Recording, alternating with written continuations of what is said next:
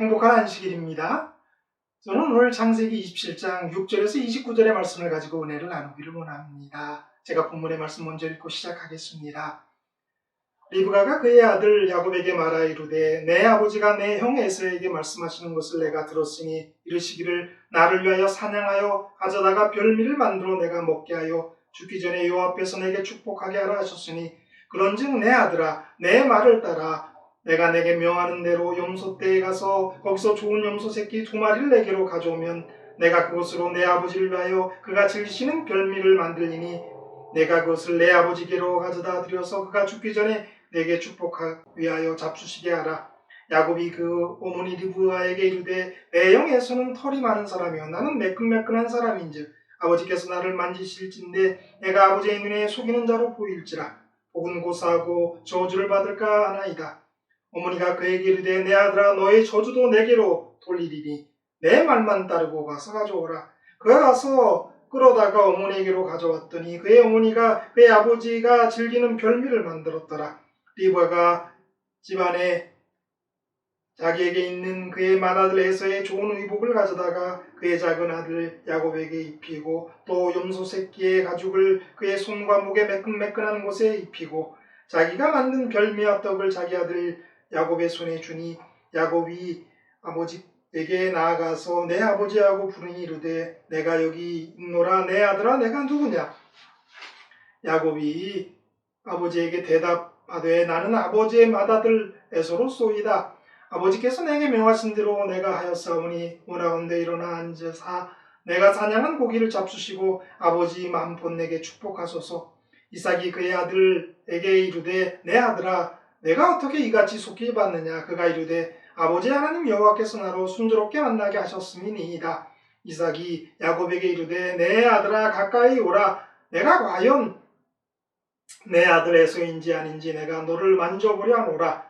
야곱이 그의 아버지 이삭이 가까이 가니 이삭이 만지며 이르되 음성은 야곱의 음성이나 손은 에서의 손이로다 하며 그의 손이 형 에서의 손과 같이 털이 있으므로 분별하지 못하고 축복하였더라. 이삭이 이르되 내가 참 내 아들 에서냐? 그가 대답하되 그러하나이다. 이삭이 이르되 내게로 가져오라. 내 아들이 사냥한 고기를 먹고 내 마음껏 내게 축복하리라. 야곱이 그에게로 가져가매 그가 먹고 또 포도주를 가져가매 그가 마시고 그의 아버지 이삭이 그에게 이르되 내 아들아 가까이 와서 내게 입맞추라. 그가 가까이 가서 그에게 입맞추니 아버지가 그의 옷에 향취를 맡고 그에게 축복하여 이르되 내 아들의 향취는 여호와께서 복을 주신 밭의 향취로다. 하나님은 하늘의 이슬과 땅의 기름짐이며 풍성한 곡식과 포도주를 내게 주시기를 원하노라. 만민이 너를 섬기고 열국이 내게 굴복하리니 내가 형제들의 주가 되고 내 어머니의 아들들이 내게 굴복하며 너를 저주하는 자는 저주를 받고 너를 축복하는 자는 복을 받기를 원하노라. 아멘. 야곱이 속이지 않고도 축복을 받았을까요? 야곱이 속이지 않고도 축복을 받았을까요? 라는 질문으로 오늘 말씀을 시작하기를 원합니다. 우리는 쉽게 그럴 것이다 라고 대답할 것입니다. 그러나 우리의 삶 속에서 일어나는 이와 비슷한 일들에서 우리가 하나님의 뜻을 믿고 기다리면서 매우 급하게 일어나는 상황 속에서 그러한 흔들리지 않을 것이라는 장담을 하지 못하는 것이 우리의 실상입니다. 정말 야곱이 속이지 않고도 축복을 받았을까요? 하나님이 일하실 수 있도록 기다렸다면 또 다른 극적인 이야기들이 전개될 수도 있었을 것입니다. 에서가 얼마나 특출한 사냥꾼이었는지 리브가와 이삭이 그 속임수를 꾸미고 실행하자마자 별미를 가지고 이삭에게로 간 것을 보면 알 수 있습니다. 그렇다면 에서를 통해서 별미가 요리되는 시간과 야곱이 축복을 받은 시간이 겹친다라고 할 수 있습니다. 그래서 대부분의 이 장면을 그린 그림들을 보면 야곱이 복을 받는 동안 리브가가 망을 보고 있는, 밖을 보고 있는 그러한 장면들로 그려지고 있습니다. 그러한 속임수를 쓰지 않고 야곱과 리브가가 하나님을 그리고 하나님의 예언을 믿고 기다렸다면 어떤 일이 일어났을까요? 우리는 알 수 없습니다. 그러나 한번 생각해 본다면 이런 일들이 생겼을 수도 있었을 것 같습니다. 그렇게 능숙한 사냥꾼이 몇 날이 되도록 사냥을 실패하고 집에 돌아옵니다.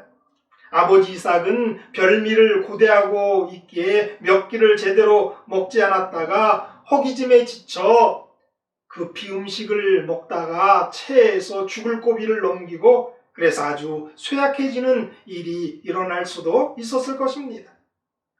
그래서 그 장자권의 축복이 미루어지는 거죠. 네, 이런 일이 몇 번 발생하고 그럴 때마다 리브가가 이삭에게 이런 일들이 당신이 하나님의 뜻을 거역하려고 하는 일에 대한 우리 하나님의 경고라고 이야기하고 이삭이 그 리브가의 말을 받아들일 수도 있었을 것입니다. 그리고 에서도 설득당하고 야곱과 결판을 지을 수도 있었을지 모릅니다. 에서는 이미 장자권을 야곱에게 판 적이 있지 않습니까? 장자권의 재산은 모두 다 에서가 갖고 장자권의 영적인 부분만 야곱이 갖는 것으로 타협을 보았을는지도 모릅니다. 에서가 귀중하게 생각한 것은 현세적 장자의 고난이었죠. 두목이나 더 받는 그런 물질적인 것이었죠. 더 기본적인 명예였죠. 그러나 야곱이 원한 것은 영적인 장자권이었죠. 그렇기 때문에 어떤 좋은 결과를 만들어낼 수도 있었을 거라고 생각합니다. 그러나 그러한 가능한 시나리오는 리브가의 급한 마음과 야곱의 간절한 장자권에 대한 욕구 때문에 일어나지 않았습니다. 우리가 이런 이야기를 만들어 볼 수는 있지만 그것은 어디까지나 인간의 생각과 상상에 불과합니다. 하나님이 어떻게 이끄셨을는지를 우리는 알 수가 없습니다. 그러나 하나님은 당신의 예언을 분명히 성취시켰을 것이라는 사실만큼은 확실합니다. 민수기 23장 19절 말씀 우리가 잘 아는 말씀이에요. 하나님은 사람이 아니시니 거짓말을 하지 않으시고 인생이 아니시니 후회가 없으시도다. 어찌 그 말씀하신 바를 행하지 않으시며 하신 말씀을 실행하지 않으시랴. 하나님께서 분명 신탁을 통해서 리브가에게 말씀하셨어요. 그 하나님이 하신 말씀은 분명히 실행되는 거예요. 하나님께서 야곱이 장자의 명분을 받으리라고 선언하셨으니 그들이 만일 믿음으로 그분께서 그들을 위하여 일하실 때까지 기다렸더라면 그분의 말씀은 그분의 정하신 때에 성취되었을 것이었다.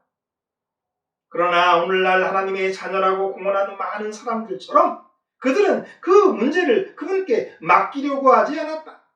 부조와 선지자 180페이지에 있는 말씀이에요.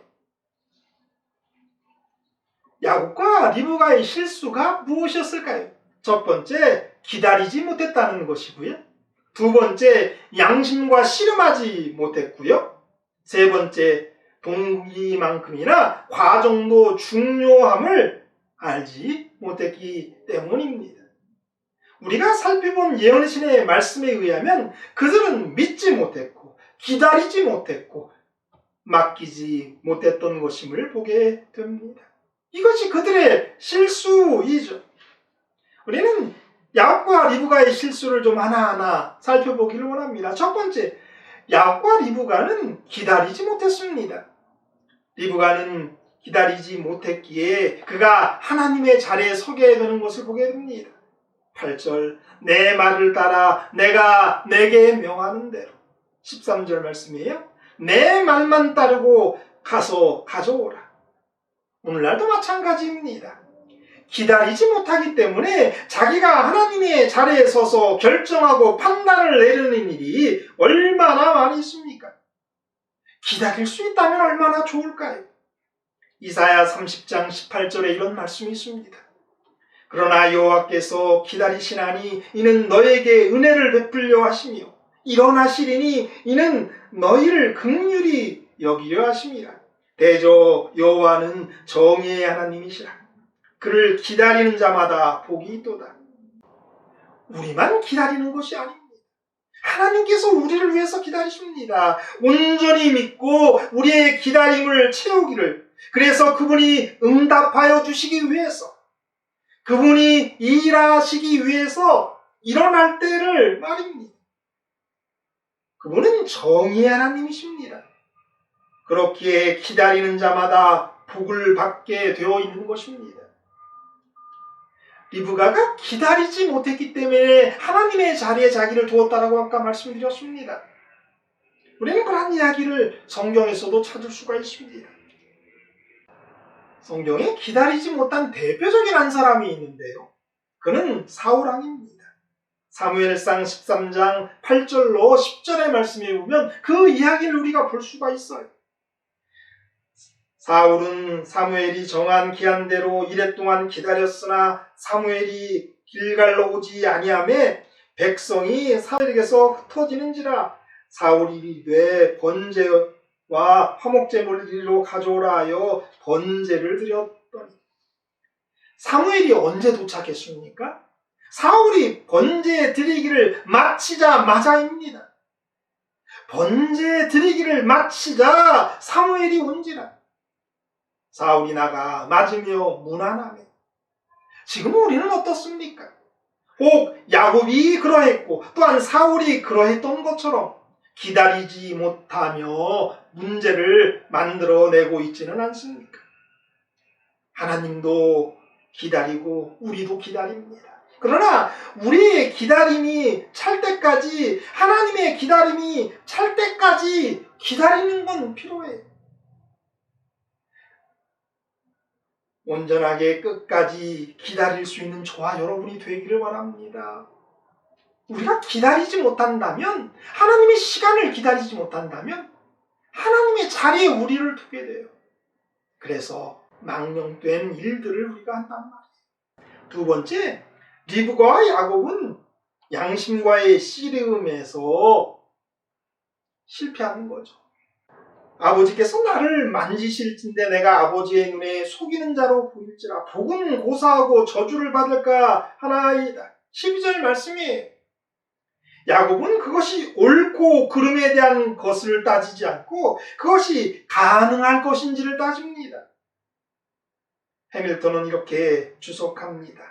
나중에 하나님과 씨름할 정도의 능력을 갖춘 그는 자기 어머니와 혹은 자신의 양심과는 별다른 씨름을 하지 않는다. 야곱은 결국 어머니에게 설득당하고 맙니다. 양심과의 씨름에서 사실 양심이 승리할 때까지 가야 합니다. 양심이 승리할 때까지 우리가 가지 못하기 때문에 우리가 죄에 빠지는 거예요. 그는 아버지에게, 그의 형에게, 자신의 영혼에게, 그리고 하나님께 죄를 지었다. 짧은 시간 동안에 그는 일생 동안 후회할 일을 저질렀다. 오랜 세월 후에 자신의 아들들의 악한 행동이 그의 마음을 억압하였을 때 이 광경은 그의 앞에 역력히 떠올랐다. 부조와 선지자 180페이지에 있는 말씀이에요. 그는 아버지에게도 형에게도 자신의 영혼에게도 하나님에게도 죄를 지었어요. 야복강가에서 우리 하나님과 씨름할 때까지, 요셉이 죽었다는 소식을 듣고 정말 망연자실할 때, 세겜에서의 그 죽음의 공포 가운데 있을 때에도 그가 아버지와 형, 자신과 하나님을 속인 그 죄 때문에 정말 힘들어했단 말이에요. 부조와 선지자 180페이지 이런 말씀이 또 있어요. 리브가는 자신이 아들에게 한 잘못된 공고를 통절히 회개하였다. 이것이 야곱을 리브가에게서 분리시킨 원인이 되어 그 여자는 아들의 얼굴을 다시 볼 수 없었다. 리브가가 어떻게 했다고요? 자신이 아들에게 한 잘못된 권고를 통절히 회개했다라고 말해요. 양심을 위해 씨름하지 않게 되다면 이런 일이 생기는 거예요. 훗날 정말 힘든 거예요. 또 리브가는 이 양심과 씨름하지 않으니까 어떤 죄까지 짓게 되냐면요. 7절에서 리브가가 이삭의 이야기를 소개할 때 이삭이 하지 않는 요 앞에서 내게 축복하게 하라는 이야기를 해요. 20절에 보면 어떻게 그렇게 빨리 사냥했냐라고 했더니 아버지 하나님 여호와께서 나로 순조롭게 만나게 하셨다라고 거짓말을 하면서 하나님의 이름을 사용해 속임수를 덮기 위해서 또 리브가는 이것을 놓치면 여호와의 복을 놓치게 되는 것처럼 보이도록 하기 위해서 하나님의 이름을 사용했단 말이에요. 얼마나 큰 죄에 빠졌습니까? 우리가 오늘 삶 가운데에서 양심과의 싸움에서 승리하지 않는다면 그것은 두고두고 우리에게 짐이 될 것입니다. 그리고 그것은 우리에게 하늘 가는 길에 힘든 무거운 그러한 무게로 우리에게 다가올 것이란 말이에요. 그 모든 무게를 우리가 온전히 해결할 때까지 말입니다. 셋째로 동기만큼이나 과정도 중요하다는 사실을 알지 못했던 겁니다. 야곱과 리브가가 하나님의 축복을 간절히 사모했고 예언을 확실히 믿었기 때문에 그들이 거짓을 통해서 축복을 받았다라고 하는 그러한 논리는 사실 적절하지 못합니다. 하나님의 일들과 사업은 동기만큼이나 그 과정도 중요합니다. 우리는 그러한 예를 다윗의 이야기 가운데에서 찾을 수 있죠. 사실 다윗은 선지자 사무엘을 통해서 사울의 뒤를 이을 이스라엘의 왕으로 기름 받았습니다. 그럼에도 불구하고 사울이 그를 죽이려고 쫓아올 때 두 번씩이나 살려주는 그러한 일을 합니다. 그는 사울에게서 왕좌를 인위적으로 물리적으로 빼앗으려고 하지 않습니다. 다윗이 사울을 피해 도망간 시간이 13년이에요. 13년이나 그는 도망을 다녔습니다. 사무엘상 24장 6절에 이런 말씀이 있죠. 자기 사람들에게 이르되 내가 손을 들어 여호와의 기름 부음을 받은 내 주를 치는 것은 여호와께서 금하시는 것이니 그는 여호와의 기름 부음을 받은 자가 됨이라고 하고 이때에 사울의 옷자락을 조금 뵙니다. 사무엘상 26장 11절이에요. 내가 손을 들어 여호와의 기름 부음 받은 자를 치는 것을 여호와께서 금하시나니 너는 그의 머리 곁에 있는 창과 물병만 가지고 가자 하고. 왜 다윗은 사무엘에게 손을 대지 않았습니까? 사울의 시대가 끝나야, 사울이 죽어야 그가 온전한 왕이 됩니다. 그러나 다윗은 그 과정도 중요하다는 사실을 알고 있었습니다. 그러니까 그가 왕이 되는 역사 가운데에서 하나님의 때에 하나님의 방법으로 그 일이 이루어져야 함을 다윗은 알고 있었던 거죠. 사무엘상 26장 10절에 이런 말씀이 있어요. 다윗이 또 이르되 여호와께서 살아계심을 두고 맹세하노니 여호와께서 그를 치시리니 혹은 죽을 날이 이르거나 혹은 전장에 나가서 망하리라. 그는 하나님의 때에 하나님의 방법으로 사울이 물러나거나 죽어야 된다라고 생각한 거예요. 이러한 모습은 누구와 대조적입니까? 야곱과 리브가와 아주 대조적입니다. 즉 그들은 큰 자가 어린 자를 섬기리라고 하는 그 하나님의 예언을 붙잡았다라고 하는 것, 그 목적에서는 올랐어요. 그거를 하나님이 이루실 것이라는 믿는 것, 그것도 정말 잘한 일이에요. 그러나 그 일을 그들 스스로 이루고자 했다라고 하는 것은, 그래서 이삭을 속였다라고 하는 그 방법은 나빴다는 것이죠. 우리가 명심해야 할 것은 이것입니다. 동기만큼이나 과정도 중요하다라고 하는 사실입니다. 아무리 동기가 선해도 과정이 나쁘면 하나님 앞에서 악일 수밖에 없는 거예요. 아무리 좋은 동기라 할지라도 그 과정까지 다 덮을 수는 없는 것입니다. 세상의 논리는 그래요. 오직 결과로 증명하는 거죠. 그러나 이러한 세상 논리가 그리스도인의 삶에 적용되는 건 아닙니다.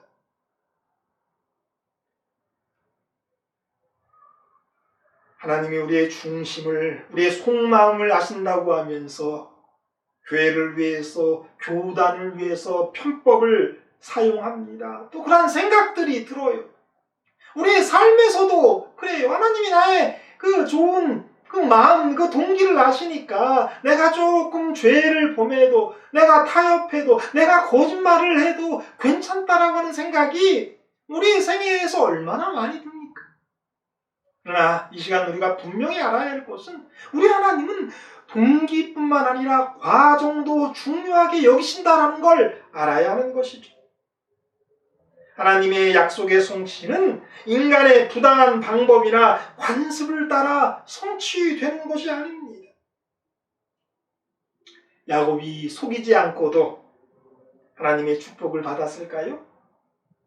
야곱이 꾀를 부리지 않았어도 장자의 축복을 받았을까요? 우리는 분명히 예라고 대답할 수 있습니다. 그렇기 때문에 우리는 하나님이 어떻게 그렇게 하실 수 있는지에 혹은 어떻게 그렇게 하실런지에 대해서 우리가 염려할 필요는 없습니다.